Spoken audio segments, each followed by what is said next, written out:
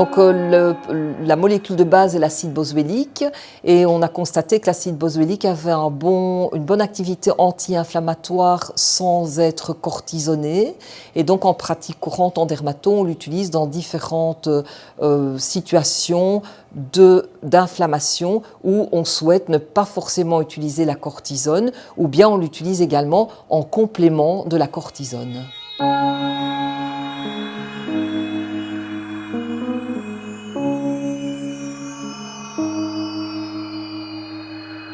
Alors dans l'eczéma, moi je l'utilise surtout beaucoup dans les eczématides, qui sont des petites plaques sèches qui ressemblent à de l'eczéma, où de façon générale on traite la peau avec des émollients. Donc les patients vont utiliser une huile lavante, une crème hydratante, et puis plus spécifiquement sur les petites plaques d'eczéma, ils vont utiliser l'acide boswellique, donc le Cytoderm.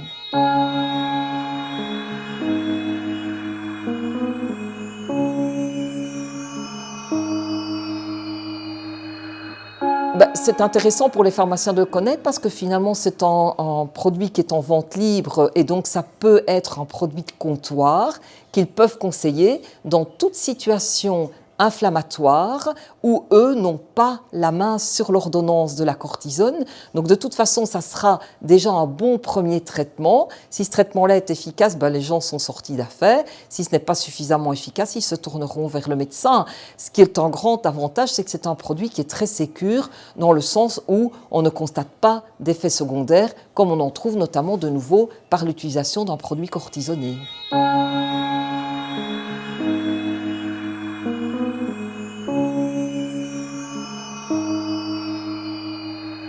Oui, donc le Cytoderm crème peut être utilisé donc seul, en monothérapie, mais peut également être un produit d'accompagnement de nos traitements médicaux. Moi, j'ai l'habitude, par exemple, de le prescrire couramment dans le cadre du psoriasis, où je fais appliquer le Cytoderm la journée et puis un traitement plus médical le soir, par exemple.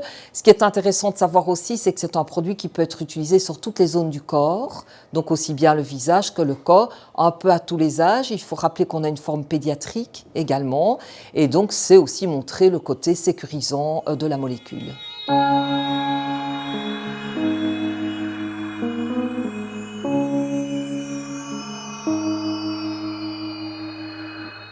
C'est un produit qui complète bien les gammes que nous avions déjà à notre disposition, pas mal de produits, mais finalement c'est encore une substance en plus et une molécule qui jusqu'à présent n'avait pas été exploitée au niveau cutané.